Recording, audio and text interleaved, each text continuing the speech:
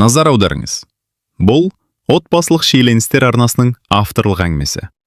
Оқиға көркем шығарма ретінде жазылған. Кейіпкерлер мен оқиғалар ойдан құрастырылған. Бейнені немесе мәтінді авторның рұқсатынсыз толықтай көшіруге, қайта жүктеуге және өз атыңыздан жарияламауыңызды сұраймын. 52 жастам. Бірақ дәл сол күні өмірімнің астан кестеңі шығатын білген жоқпын. 38-дегі күйеуімнің досына болмайды деп айта алмадым. Айгүл асүйдің терезесінің алдында үнсіз тұрды. Шілденің аптап ыстығы болса да, үйдің іші салқын көрінді. Үлкен үйдің іші бос. Балалар баяғыда бөлік кеткен. Бірі Алматыда, бірі Астанада. Немерелерінің суреттері ғана қабырғада ілулі тұр. Телефонның экранына қайта-қайта қарады. Бүгін оның туған күні еді. 52-ке толды. Таңертеңнен бері қызы мен ұлы ғана құттықтап үлгерген. Қызы бейне қоңырау шалып, немерелері «Туған күніңізбен әже» деп ән айтып берді. Сол сәтте көңілі көтерілгендей болған. Бірақ күйеуінен бір ауыз сөз естімеді. Серік таңғы 7-де жұмысқа кеткенде «Кешке кешігем» деп қысқа ғана айтып шығып кеткен. Туған күні екенін ұмытқандай. Айгүл мұндайға соңғы жылдары үйреніп кеткен. Бірақ бүгін ішіне бір нәрсе қатты батты. 30 жыл бірге тұрған адамның туған күн ұмытуы соншалықты қиын ба? Өзіне өзі күбірледі. Кешкі сағат 7-лер шамасында есіктің қоңырауы соғылды. Айгүл асығып барып ашты. Есіктің алдында Серік тұр екен.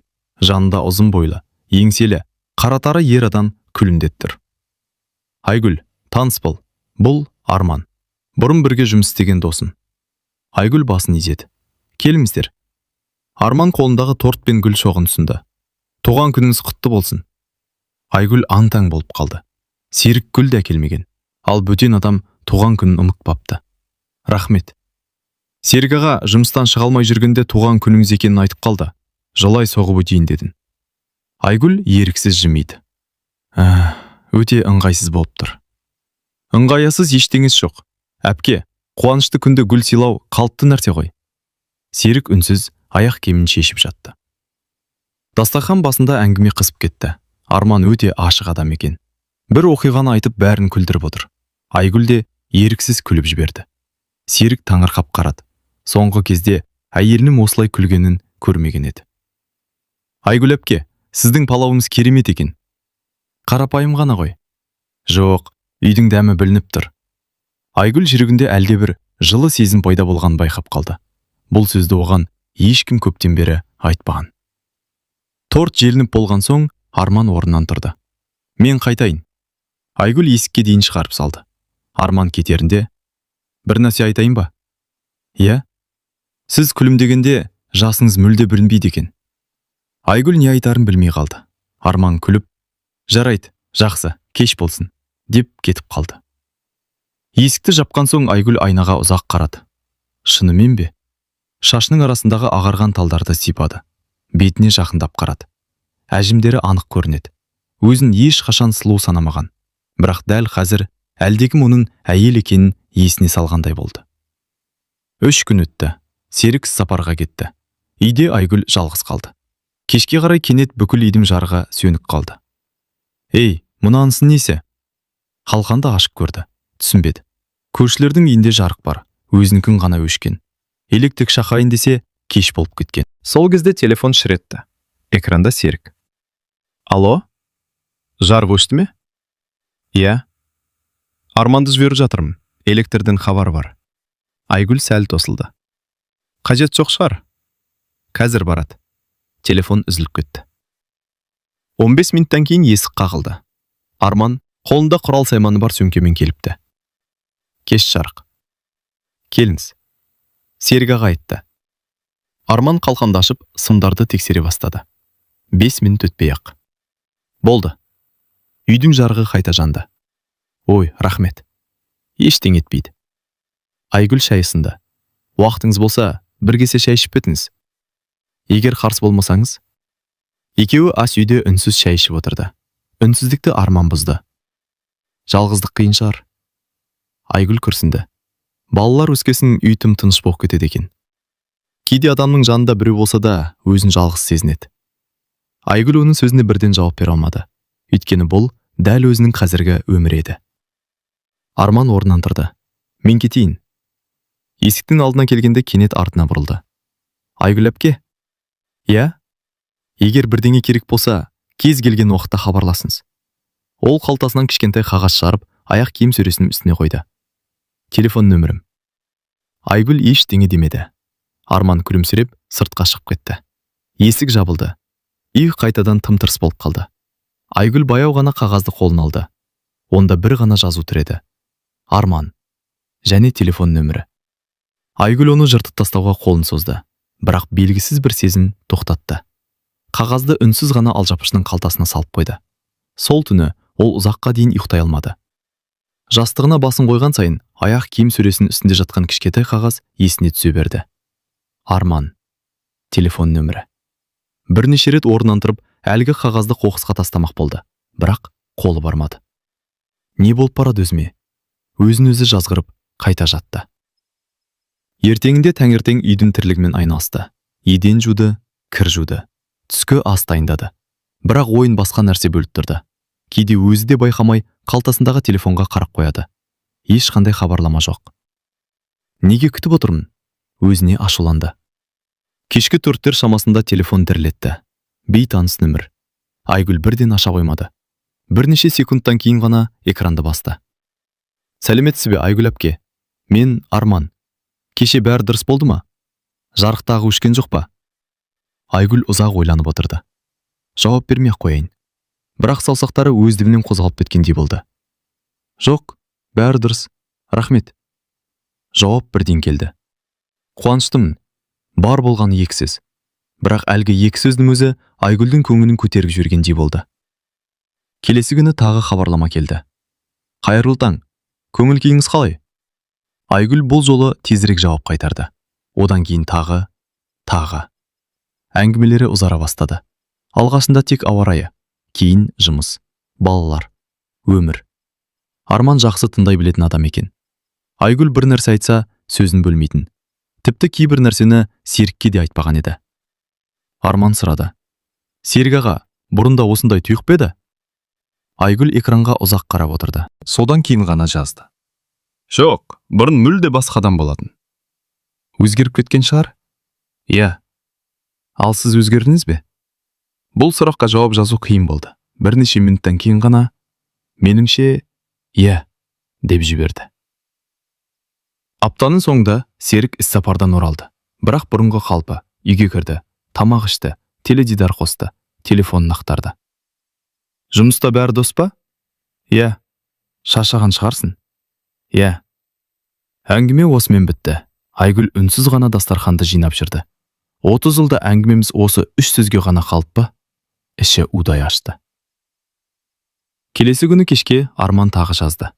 Ренжімесеңіз, бір нәрсе айтайыншы? Айта беріңіз. Сіз соңғы кезде күліп жүрсіз бе? Айгүл таңғалды. Неге сұрадыңыз? Өйткені сіздің хабарламаларыңыздың өзі мұнды көрінеді. Айгүл телефонды бір шетке қойып жіберді. Көзінен жас шығып кеткен өзі де байқамай қалды. Соңғы рет біреу оның көңіл күйін қашан сұрап еді? Бірнеше күннен кейін Арман тағы хабарласты. Ертең қалаға барам. Иә? Егер уақытыңыз болса, бір кофе ішіп сөйлессек қайтеді? Айгүлдің жүрегі тарс ете қалды. Ол бірден жоқ деп жазғысы келді. Бірақ жаза алмады. Телефонды жауып қойды. 1 сағат өтті, 2 сағат өтті. Арман қайта жазған жоқ. Түнде Айгүлдің өзі хабарлама ашты. Қай жерде? Арман бірден жауап берді.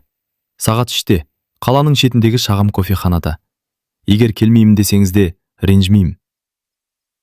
Ертеңінде Айгүл шкафтың алдында ұзақ тұрды. Қай көйлегін киерін білмеді. Ақанда көптен кимеген көгілдір көйлек алды. Шашын реттеп, аздап иіс септі. Айнаға қарап, өзі таңғалды. Мен не үшін дайындалып жатырмын? Кофехана адам аз жер екен. Арман орнынан тұрып қарсы алды. Келгеніңізге рахмет. Көп отырмайым. Әрине. Екеуі терезе жанындағы үстелге жайғасты. Алғашында аздап ыңғайсыздық болды. Бірақ көп ұзамай әңгіме өздігінен өрбіді. Балалық шақ, балалар, өмір. Арман кейде әзіл айтып, Айгүлді күлдіріп қояды. Айгүл өзі байқамай 1 сағаттың қалай өткенін сезбей қалды. Яше есеп шотта келді.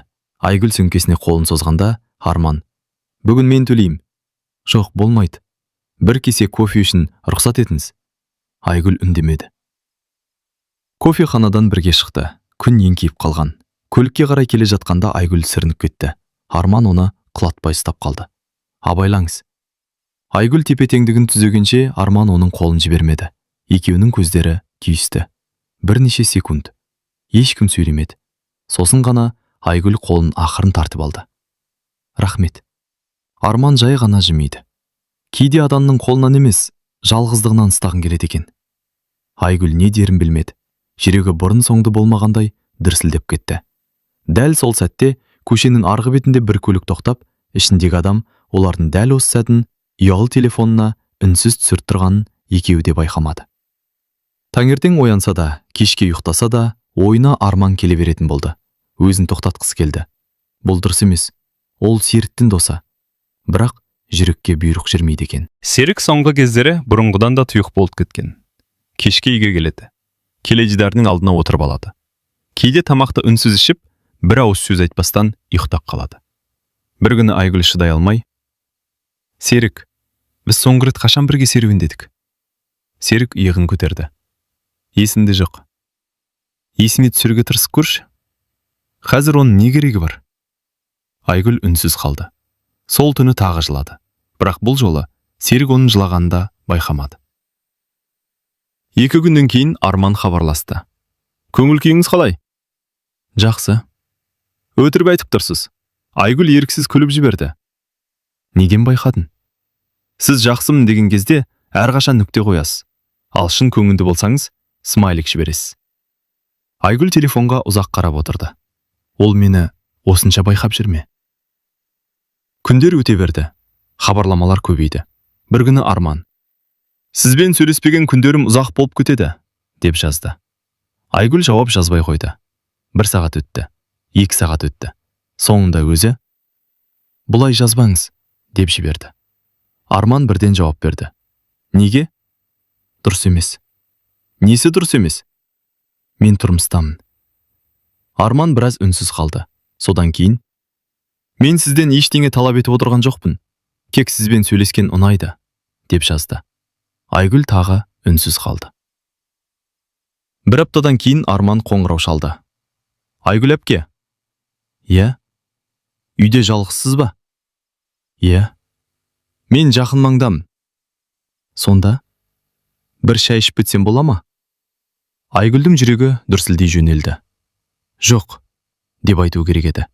Бірақ «Келе беріңіз» деген сөз еркінен тыс шығып кетті. Телефонды қойған соң өзіне өзі ашуланды. «Мен не істедім?» Жарты сағаттан кейін Арман келді. Қолында жеміспен тәтті. «Құр қол келгенді ұнатпайын». Айгүл жымиып алды. «Әуре болыпсыз». «Бұл әуре емес». Ас үйде шай ішіп отырғанда әңгіме тағы ұзаққа созылды. Арман өзінің ажырасуы туралы айтты. Кейде үйдің іші толып тұрса да, адам өзін жалғыз сезінеді екен. Айгүл күрсінді. «Иә. Сондықтан мен сізді түсінем». Бұл сөз Айгүлдің жүрегіне тиді. Өйткені оны ешкім бұрын түсінем деп айтпаған еді. Кенет далада жаңбыр құйып кетті. Найзағай жарқылдап, жаңбыр шелектеп жауды. «Осындай жаңбырда қалай қайтасыз?» «Бәсендегенше күтейін». Екеуі қонақ бөлмесіне өтті. Жаңбырдың дыбысы ғана естіледі. Үй тым-тырыс. Арман орнынан тұрып, қабырғадағы ескі суреттерді қарап жүрді. «Мынау балаларыңыз ба?» «Иә». «Бақытты отбасы сияқты көрінеді». Айгүл ащы жымиды. «Суретте бәрі бақытты көрінеді». Арман оған бұрылып қарады. «Ал шын өмірде ше?» Айгүл жауап бере алмады. Көзінен жас ашып кетті. Арман ақырын ғана жақындады. «Жыламаңыз». Айгүл көз жасын сүртпек болғанда, Арман оған орамал ұсынды. «Рахмет». «Сіз өте көп нәрсені ішіңізге жинап алғансыз». Айгүл енді өзін ұстай алмады. Бәрін айтып берді. Жылдар бойғы өкпесін, жалғыздығын, ұмытылған туған күнін, балалардың кеткенін, Серіктің салқындығын. Арман үнсіз тыңдап отырды. Әңгіме біткен соң ол жай ғана: «Сіз мұндай өмірге лайық емессіз», деді. Айгүл алғаш рет өзін біреу шынымен тыңдаған сезінді. Жаңбыр басылды. Арман кетуге жиналды. Есіктің алдына келгенде екеуі де үнсіз қалды. Мен кеткенім дұрыс шығар. Иә, бірақ ешқайсысы есікті ашпады. Арман Айгүлге қарап тұрды. Бір нәрсе айтсам бола ма? Айгүл үндемей басын изеді. Мен сізге бейжай қарай алмаймын. Айгүлдің демі ішіне тартылды. Арман, айтпай жүре алмадың. Үйдің іші тып-тыныш. Сыртта жаңбырдан кейінгі салқын самал ғана сезіледі. Айгүл: бұл дұрыс емес, деп сыбырлады. Білем, сен Серіктің досысың. Білем. Онда неге? Арман бір қадам жақындады. Өйткені жүрек кейде ақылға бағынбайды. Айгүл кейін шегінбеді. Арман оның қолынан жай ғана ұстады. Айгүл қолын бірден тартып ала алмады. Бірнеше секунд үнсіз тұрды. Сол сәтте дәл есіктің қоңырауы қатты безілдеп қоя берді. Екеуі де селк ете түсті. Айгүлдің өңі бозарып кетті. Бұл Серік емес пе? Арман да үнсіз қалды. Екінші рет қоңырау соғылды. Айгүл жүрегі атқақтап барып есікке жақындады. Терең дем алып, тұтқаны жайлап басты. Айгүлдің жүрегі кеудесіне сыймай соғып тұрды. Есіктің қоңырауы үшінші рет безілдеді. Арман үнсіз орнынан тұрды. Егер Серік аға болса... Үндеме! Айгүлдің даусы дірілдеп шықты. Ол есікке баяу жақындап, көздеуіштен қарады. Терең дем алды. Серік емес. Арман да жеңіл күрсінді. Есіктің ар жағында көрші әйел Зәуре апай тұр екен. Айгүл есікті ашты. Қызым, кешір, қант бітіп қалып еді. Бір кесе қант бар ма? Бар, әрине. Айгүл ас үйге кіріп кеткенде Арман есік жақта үнсіз тұрды. Зәуре апай ішке көз жүгіртіп алды. Қонағың бар екен ғой? Иә, күйеуіңнің досы. Электр желісін қарап берген. Зәуре апай ештеңе демегенмен жүзінен күмән байқалды. Қантты алып, рахметін айтып шығып кетті. Есік жабылған соң Айгүл орындыққа отыра кетті. Азақ қалдық. Арман басын изеді. Енді мен кеткенім дұрыс. Иә, бұл жолы ол шынымен кетіп қалды. Сол кештен кейін Айгүл өзін кінәлі сезіне бастады. Үйдің әр бұрышына қараса да, Арман отырған орын көз алдына келе берді. Мен не істеп жүрмін? Өзіне жауап таба алмады. Транспортинг өтті. Арман хабарлама жібермеді. Айгүл де жазбады. Үнсіздік екеуіне де ауыр тиді. Үшінші күні кешке телефонға қысқа ғана хабарлама келді. Кешіріңіз, бұдан бұлай мазаламаймын. Айгүл ұзақ қарап отырды. Жүрегі біртүрлі шым ете қалды. 5 минуттан кейін өзі жауап жазды. Неге? Жауап бірден келді. Себебі сіздің көзіңіздегі қорқынышты көрдім. Айгүл экранды жауып қойды. Бірақ жарты сағаттан кейін қайта ашып, кездесейік, соңғы рет сөйлесейік, деп өзі жазып жіберді. Сертеңінде олар қала шетіндегі саябақта кездесті. Күн бұлт деді, адам аз. Екеуі үнсіз біраз жүрді. Ақыры Арман тоқтады. Айгүл, мен сені қиын жағдайға қалдырғым келмейді. Бұл жолы алғаш рет сіз емес, сен, деді. Айгүл соны байқап қалды. Бірақ сен ойламай тұра алмайын. Арман, мен күнде өзіммен күресіп жүрмін. Айгүл үнсіз күндап тұрды. Мен Серік ағаны сыйлаймын, бірақ саған деген сезімімді жоққа шығара алмаймын. Айгүлдің көзінен жас сырғып кетті. Мұның соңы жақсы болмайды. Білем. Онда неге тоқтамаймыз? Арман жауап бере алмады. Олар қоштасып жатқанда, саябақтың арғы жағында тұрған бір ер адам телефонын көтеріп, тағы да екеуін суретке түсірді. Бұл жолы анық. Екеуі қатар тұрған сәт. Екеуі оны байқамады. Кешке Серік үйге әдеттегіден ертерек келді. Қабағы қатулы. Үндеместен киімін ауыстырды. Тамақ ішпеді. Телефонынан көз алмады. Айгүлдің мазасы қаша бастады. Бірдеңе болды ма? Жоқ. Жұмыста мәселе бар ма? Кейін сөйлесеміз. Осы 4 сөз үй ішін мұздай суытты. Түнгі 11-ге қарай Серіктің телефонына хабарлама келді. Белгісіз нөмір. Экранға бірінен соң бірі 3 сурет шықты. Бірінші сурет кофеханадан бірге шыққан Айгүл мен Арман. Екінші сурет саябақта қатар тұрған сәттері. Үшінші сурет Арман Айгүлге қарап тұрған кез. Суреттердің астында бір ғана сөйлем жазылыпты. Досына сеніп жүре бер. Серік ұзақ уақыт үнсіз отырып қалды. Жүзі сұп-сұр болып кеткен. Айгүл оның телефонынан не келгенін көрермеді, бірақ күйеуінің өзгергенін бірден сезді. Түн ортасында Серік балконға шығып кетті. Қолында телефон. Белгісіз нөмерге қайта қоңырау шалды. Бірақ ешкім көтермеді. Ол қайтадан суреттерге қарады. Сосын көзін жұмып ауыр күрсінді. Таңертең Айгүл оянғанда Серік үйде жоқ екен. Ас үй үстелінде бір жапырақ қағаз ғана жатты. Онда қысқаға ғана жазу бар еді. Бүгін кешке ешқайда шықпа, үйде бол. Екеуміз сөйлесеміз.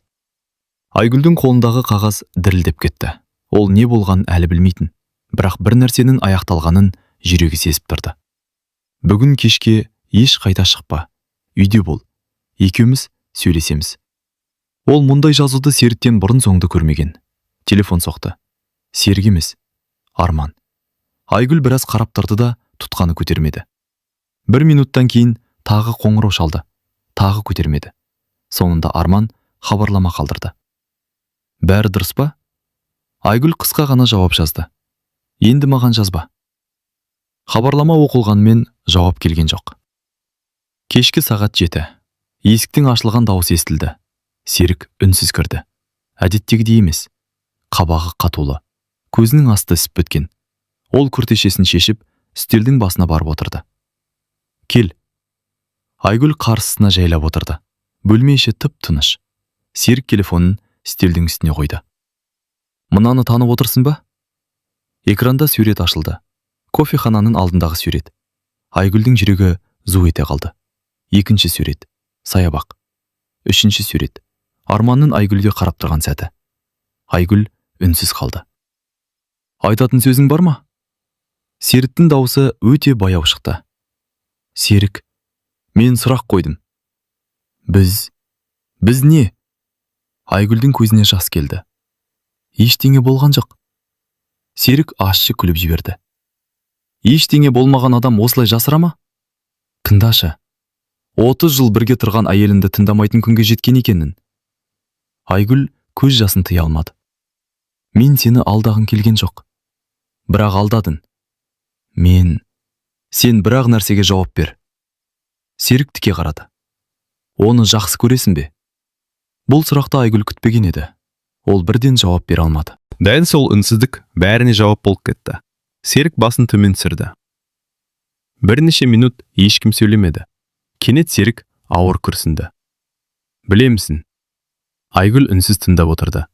Мен де саған адал болмадым. Айгүл селк ете қалды. Не дедің? Соңғы 4 жылда Серік сөзін аяқтай алмай қалды. Менің басқа әйелмен араласқанымды мойындаймын. Айгүлдің көзі шарасынан шықты.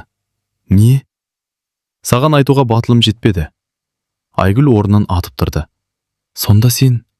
Иә. 4 жыл? Иә. Айгүлдің аяғы дірілдеп кетті. Ол орындыққа қайта отырды. Жүрегі ауырып кеткендей болды. Сонда мен ғана кінәлі емес екенмін ғой. Серік үнсіз басын изеді. Мен жұмыста жүрмін деп талай рет өтірік айттым. Неге? Өзін де білмейін. Ал мен ше? Мен сенің жалғыз қалғаныңды байқамадым. Айгүл алғаш рет күйеуінің көзінен жас көрді. Біз қашан осындай болып кеттік? Айгүлдің дауысы қарылап шықты.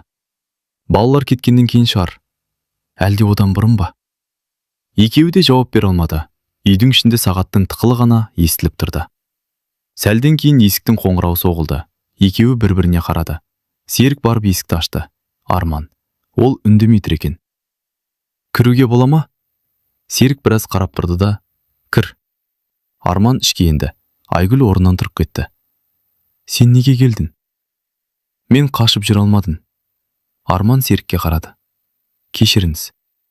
Серік суық жүзбен. Не үшін? Дос ретінде сеніміңізді ақтамадым. Сол ғана ма? Арман үнсіз қалды. Айгүлге ешқашан жамандық ойлаған жоқпын. Бірақ сезімін болды. Иә. Ол да саған бейжай емес екенін білдің. Иә. Сонда да тоқтамадың. Арман басын төмен салды. Тоқтай алмадым. Айгүл көз жасын сүртіп, жетеді, деді. Екі ер адам оған қарады. Бұған екеуің де кінәл емессіңдер. Екеуі таңырқап қалды. Біз үшеуміз де кеш қалдық. Айгүл баяу сөзін жалғастырды. Біріміз сезімімізді айтпадық. Біріміз жалғыздықты байқамадық. Біріміз шекарадан аттадық. Соның салдары осы. Үшеуі де үнсіз қалды. Арман есікке қарай беттеді. Шығар алдында тоқтады. Егер сен менімен бірге кетем десең, мен күтемін.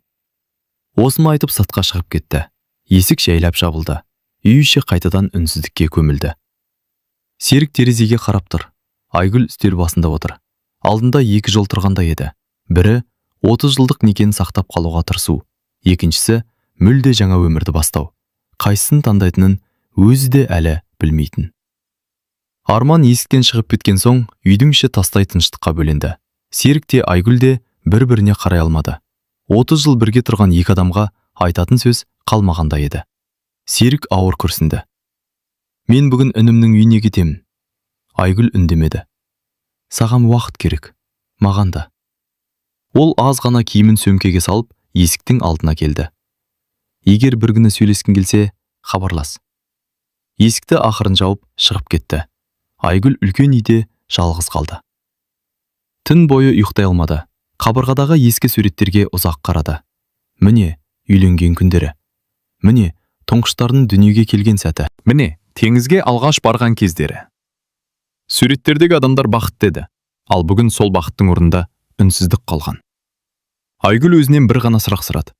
Мен шынымен Арманды сүйем бе, әлде маған тек біреудің көңіл бөлгені ғана жетпей жүрді ме? Бұл сұрақтың жауабын таң атқанша іздеді.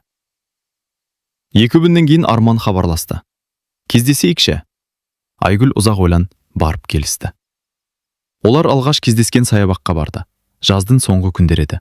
Жапырақтар сарғая бастапты. Арман оны көрген бойда орнынан тұрды. Қалайсың? Жақсымын. Жылағансың? Айгүл жымиған болды.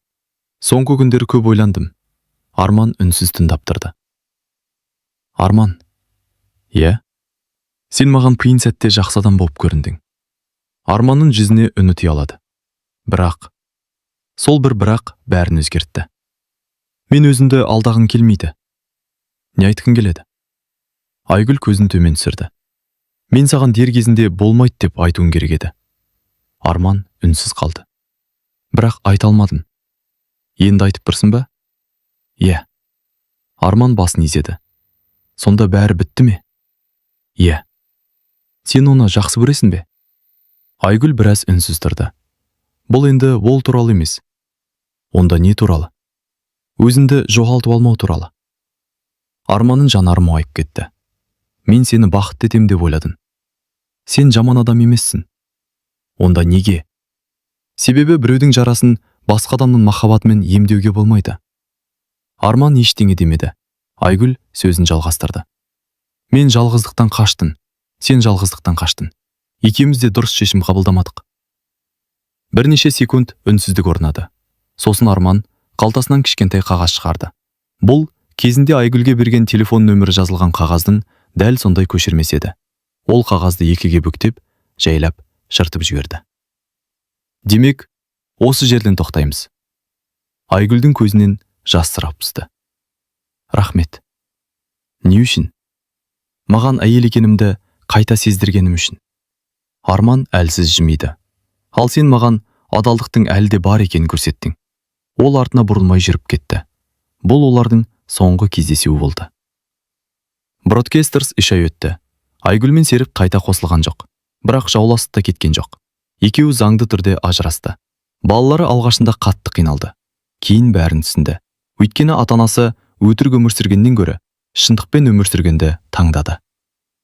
1 жылдан кейін Айгүл бұрынғы жұмыстан шығып, шағын кітапханаға қызметке орналасты. Кітап оқуды қайта бастады. Өзіне уақыт бөлді. Құрбылармен араласты. Өмірдің 50 жастан кейін де аяқталмайтынын түсінді. Бір күні кітапхана терезесінің алдында отырып, сыртқа қарап күлімсіреді. Бұл жолы оның күлкісі ешкім үшін емес еді, өзі үшін еді. Сол сәтте телефонына қызының хабарламасы келді. Анашым, демалыста немерелеріңізбен сізге барамыз. Айгүл жымиып, күтемін құлындарым, деп жауап жазды. Телефонды сөмкесіне салып, терезеден күн сәулесіне қарады. бірақ сол өкініштің арқасында бір ақиқатты түсінді. Кейде адам біреуге болмайды деп айта алмаған үшін емес, өзіне уақытында шындықты айта алмаған үшін көп қателеседі. Соңы